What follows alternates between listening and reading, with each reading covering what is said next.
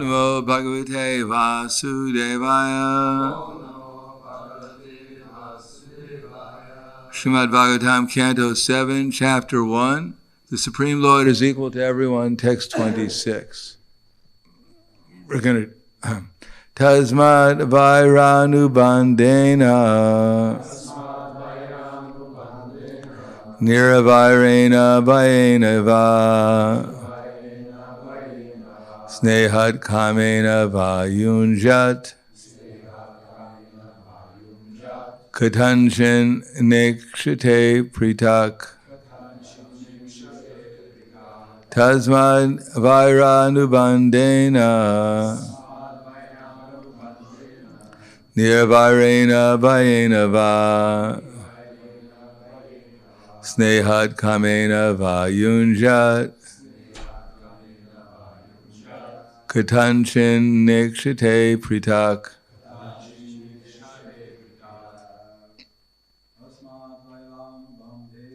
Tasmad Vairānubandena Nirvairena Vayenava Snehat Kamena Vayunjat Katanchan Nekshate Pritak. Ladies.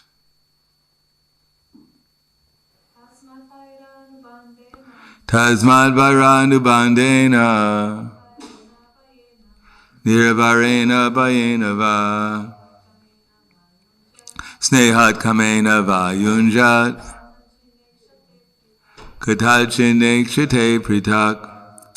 Tasmat, therefore, Vairānubandena, by constant enmity, Nirvairena, by devotion, Vayena, by fear, Va, or Snehat, from affection, Kamena, by lusty desires, Va, or Yunjat, one should concentrate, Katanchit, somehow or another, Na, not, Ikshate, sees, Pritak, something else. Therefore, by enmity, translation and purport by His Divine Grace, A.C. Bhaktivedanta Swami Srila Prabhupada. Therefore, by enmity or by devotional service, by fear, by affection, or by lusty desire, all of these, or one of them, if a conditioned soul somehow or another concentrates his mind upon the Lord, the result is the same. The Lord, because of His blissful position, is never affected by enmity or friendship. So there's rather a long purport. It's 1, 2, 3, 3.5 pages. So, of course, we're all going to pay perfect attention and remember everything, or at least part of it. So, purport. From this verse, one should not conclude that because Krishna is unaffected by favorable prayers or unfavorable blasphemy, one should therefore blaspheme the Lord. This is not the regular principle. Bhakti Yoga means anukulyena krishnanu shilanam. One should serve Krishna very favorably. This is the real injunction. Here it is said that although an enemy thinks of Krishna unfavorably, the Lord is unaffected by such anti-devotional service. Thus He offers His benedictions even to Shishupal and similar inimical conditioned souls. This does not mean, however, that one should be inimical toward the Lord. The stress is given to the favorable execution of devotional service, not purposeful blasphemy of the Lord. It is said, Nidam Bhagavatak Shrinvams Tat Parasya Janasya Va Tato Na Paiti Yaksopi yat yadak sukritatchuta. One who hears blasphemy of the Supreme Personality of Godhead or his devotees should immediately take action or should leave. Otherwise, he will be put into a hellish life perpetually. There are many such injunctions. Therefore, as a regular principle, one should not be unfavorable towards the Lord, but always favorably inclined toward him. Shishupal's achievement of oneness with the Lord was different because Jai and Vijay, from the very beginning of their material existence, were ordained to treat the Lord as an enemy for 3 lives and the return home back to Godhead. Jai and Vijay inwardly knew that Krishna is the Supreme Personality of Godhead, but they purposely became his enemies to be delivered from material life. From the very beginning of their lives, they thought of Lord Krishna as an enemy, and even though blaspheming Lord Krishna, they chanted the holy name of Krishna constantly, along with their inimical thoughts. Thus they were purified because of chanting the holy name of Krishna. It is to be understood that even a blasphemer can be freed from sinful activities by chanting the holy name of the Lord. Certainly, therefore, freedom is assured for a devotee who is always favorable to the service of the Lord. This will be clear from the following verse. By rapt attention fixed upon Krishna, one is purified, and thus one is delivered from material life. Srila Vishwanath Chakravarti Thakur has very nicely explained the word bhayena, which means by fear. When the gopis went to Krishna in the dead of night, they certainly feared chastisement by their relatives, their husbands, brothers, and fathers, but nonetheless, not caring for the relatives, they went to Krishna. There was certainly fear, but this fear could not check their devotional service to Krishna. One should not mistakenly think that Lord Krishna must be worshipped by an inimical attitude like that of Shishupal. The injunction is anukulyasya grahanam, pratikulyasya varjanam. One should give up unfavorable activities and accept only favorable conditions in devotional service. Generally, if one blasphemes the Supreme Personality of Godhead, he is punished, as the Lord says in Bhagavad Gita 16:19, Tanaham dvishatakuran samsareshu naradamam shipam yajasram ashubam asrishveva yonishu. There are many such injunctions. One should not try to worship Krishna unfavorably, otherwise he must be punished, at least for one life, to be purified. As one should not try to be killed by embracing an enemy, a tiger or a snake, one should not blaspheme the Supreme Personality of Godhead and become his enemy in order to be put into hellish life. The purpose of this verse is to emphasize that even the enemy of the Lord can be delivered, not to speak of his friend. Srila Madhvacharya also says in many ways that one should not blaspheme the Lord Vishnu through one's mind, words, or actions, for the blasphemer will go to hellish life along with his forefathers. Karmana manasa vacha yo dvishad vishnum avyayam majanti pitarastasya narake shasvati samak. In the Bhagavad Gita, the Lord says, Tanaham dvishata kuran samsreshu naradamam shipam yajasram ashubam asrishveva yonishu asrim yonam apanam muda janmani mama prapyaiva konteya tato yantyadamam gitim. Those who are envious and mischievous were the lowest among mankind are cast by me into the ocean of material existence, into the various demonic species of life. Attaining repeated birth among such species of life, demoniac life, such persons can never approach me. Gradually they sink down to the most abominable type of existence. One who blasphemes the Lord is put into the family of Asuras, in which there is every chance of forgetting the service of the Lord. The Lord further states in the Bhagavad Gita 9:11-12. Abhidananti mamodha manushima tanumashrityam parambhava majananto mama bhuta maheshwaram. Mudas, rascals, blaspheme the Supreme Lord because he appears exactly like a human being. They do not know the unlimited opulence of the Supreme Personality of Godhead. Mogaisha moka karmano moka jnana vicetasaha rakshasim asrim chaiva prakadimo inimshitaha.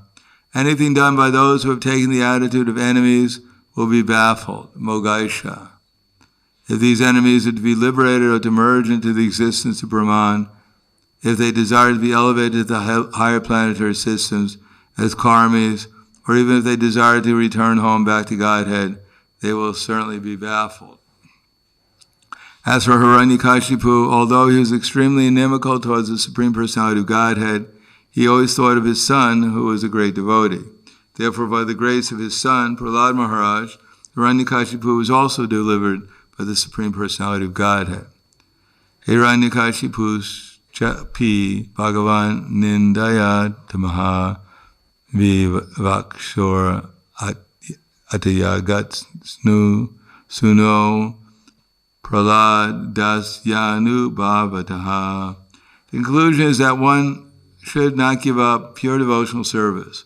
For one's own benefit, one should not imitate Hiranyakashipu or Shishupal. That is not the way to achieve success. Namo Vishnu Vidaya Krishna Prastaya Bhutale Srimate Bhaktivedanta Swami Namane Namaste Saraswatam Deve Gauravani Pacharane Nirvishesha Srinivadi Paskatya De Sutarna. It's interesting to note that Prabhupada spends almost 4 pages trying to contradict the verse. Not exactly contradict the verse, but give a purport to the verse so that we don't understand the verse wrongly. In other words, as Prabhupada writes in the Nectar of the Krishna book, the art of Krishna consciousness is the art of focusing one's love and focusing one's attention and then giving one's love to Krishna. So whatever we focus our attention on, we're going to experience. We focus our attention on Krishna, then we'll experience Krishna. Now, how we're going to experience Krishna will also depend upon what is the mood of our attention. One can put one's attention on something out of fear, or out of anger, or out of lust, or out of friendship, out of love. There are different ways of putting one's attention on something. And according to one will experience that particular object, but in the particular mood in which one is paying one's attention. Therefore, Prabhupada writes that the art of Krishna consciousness is the art of focusing one's attention and then giving one's love to Krishna. So we want to focus our attention and give our love to Krishna, of which there may be varieties. For instance, Prabhupada writes that the Shushusho Shradanasya Vasudeva Kataruchi Syan Mahat Sevaya Vipra Punya Tirti Nishevana. O best of the twice born, great service is done. Actually, that's the wrong one. That Shushusho Shradanasya. So Su means nicely, Shusho means to pay attention in the desire to give service. Shradanasya, because Shraddha means sad, da, where we put our heart. So Prabhupada writes that we should hear, but hear with the idea of service. That's the import of Sushusho. And Shradanasya means that service should be rendered with care and attention. So I already mentioned about attention, so that attention should be done with care.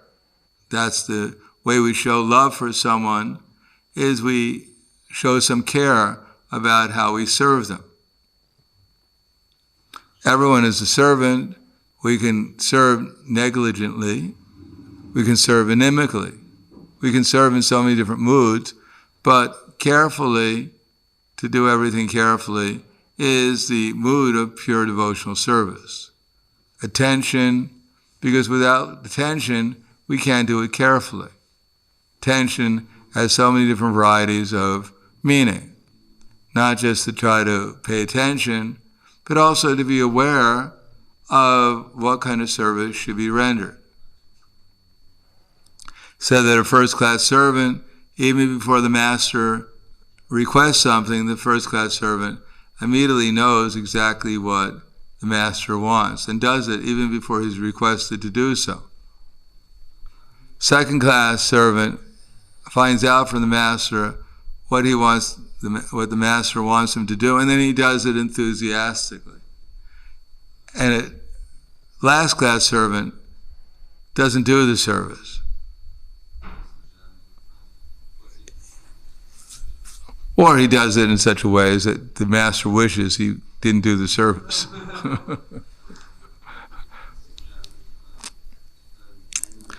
Attention means that one is so much in line, so much conscious of the desires of the master, even without being requested, he does it perfectly according to the desire of the master.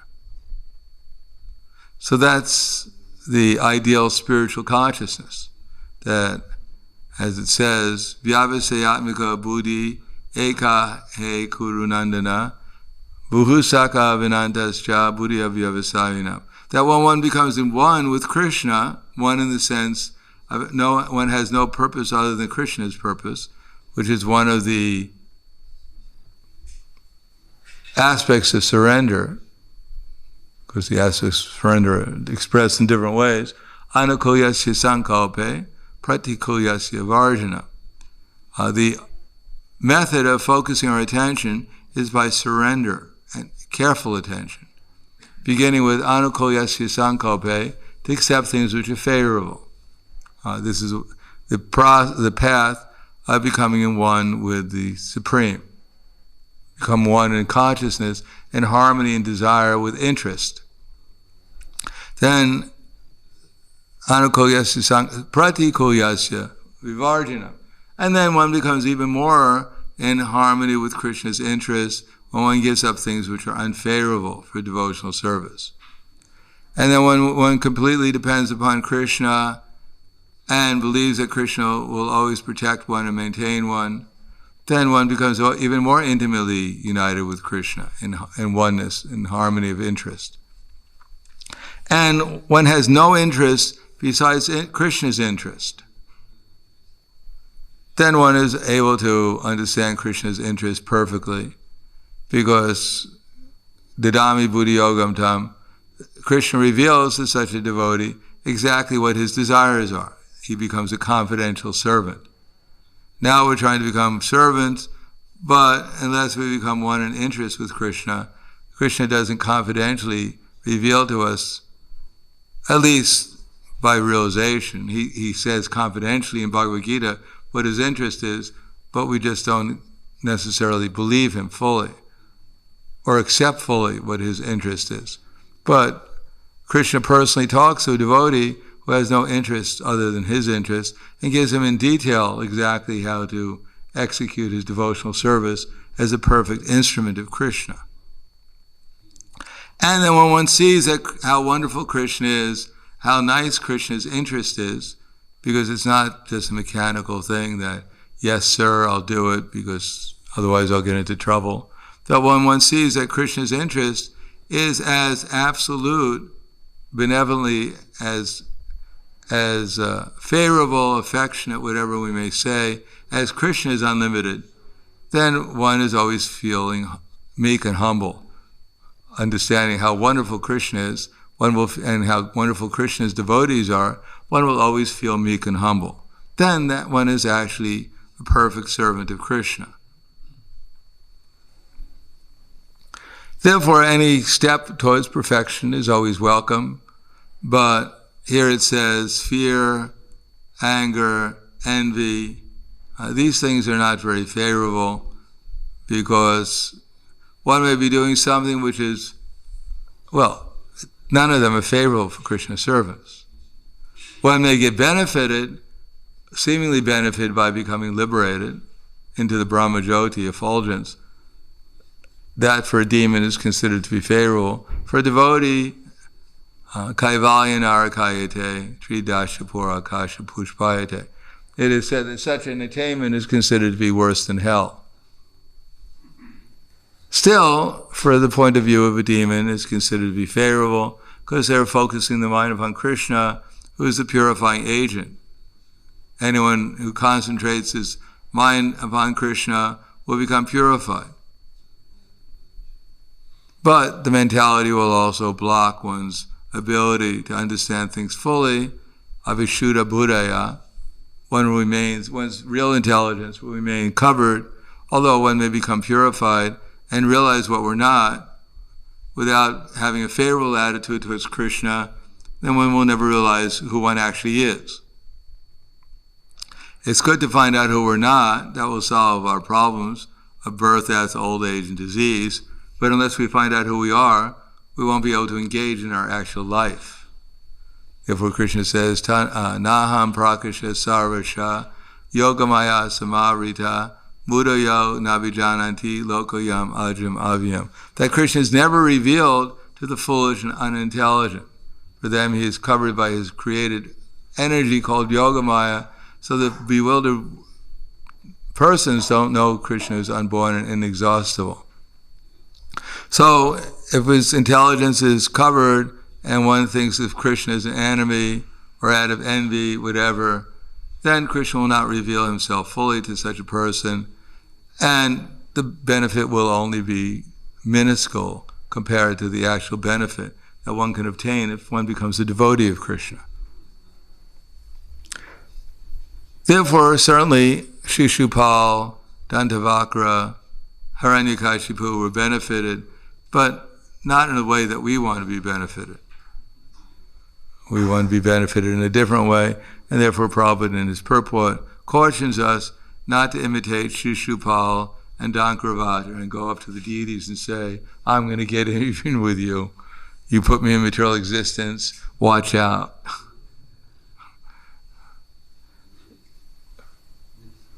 No, we don't imitate Shishupal, Hiranyakashipu, and Dandavakra, although we appreciate how kind Krishna is, that even such personalities become benefited by concentrating their minds upon him. So how much more benefit we'll get if we concentrate our minds upon Krishna out of love and a favorable attitude. At least we do our service carefully, we do it enthusiastically, we do it consistently, whatever, then how much more benefit we'll get. So I'll stop there. Thank you. Any questions, comments?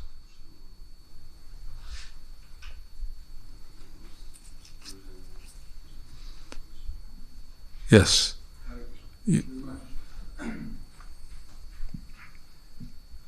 Hare Krishna.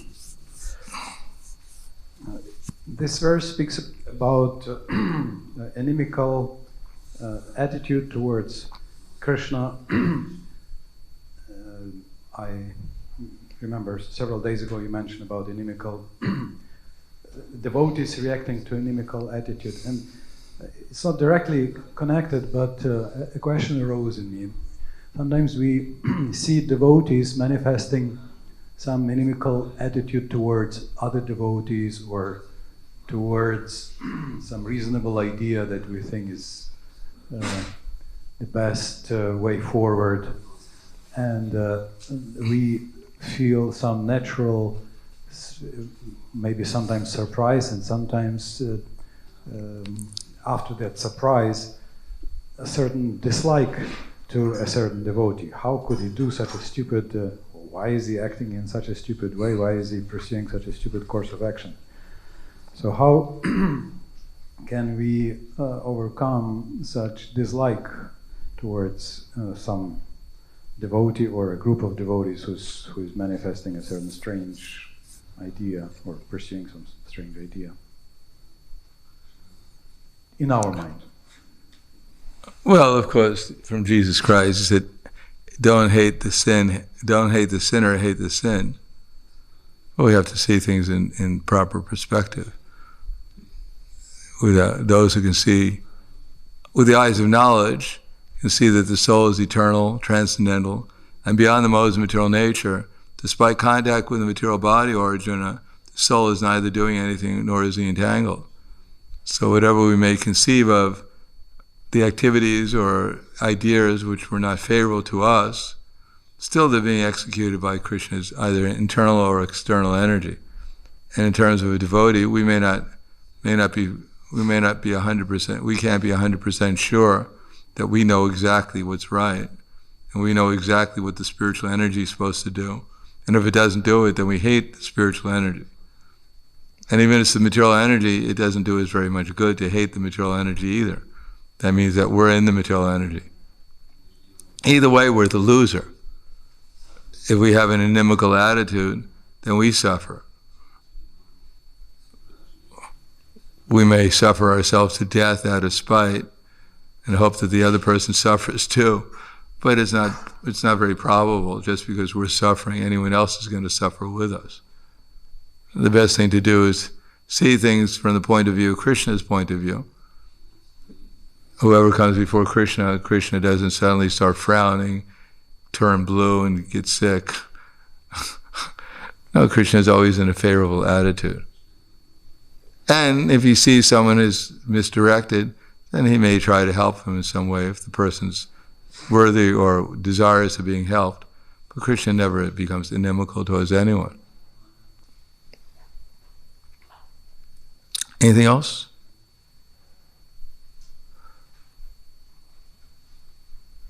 Yeah, 5 minutes. Yes.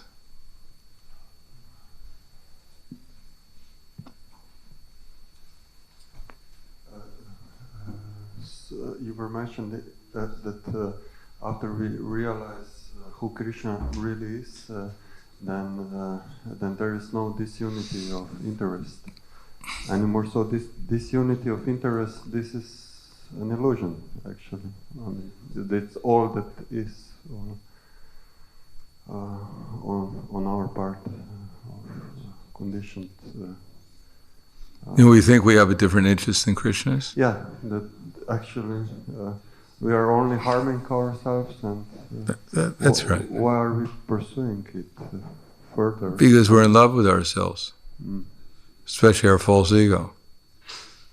Because we came here to try to imitate Krishna, and we're trying our best we can do in order to see what it would be like to be the center of everyone's attention. We're trying hard, not very successful. Well, sometimes we appear to be successful, but not for too long. Well, we're trying to enjoy here. We want to get a certain flavor, to be independent of Krishna. Of course, it's not possible to be happy without Krishna, but we're trying hard. We've been doing so since time immemorial. But since we're eternal, we don't even remember. We give it one last try, the old college try. So from the point of view of reality, we're crazy. But from our point of view, we're just determined. Somehow or another, we're going to do it. So that's called, to do something which is impossible and try to do it eternally, it's called madness. So we're all more or less crazy, that's all. Anything else? All right, thank you very much. Grantaraj Srimad Bhagavatam Ki Jai, Srila Prabhupada Ki Jai, Gaur Premanande.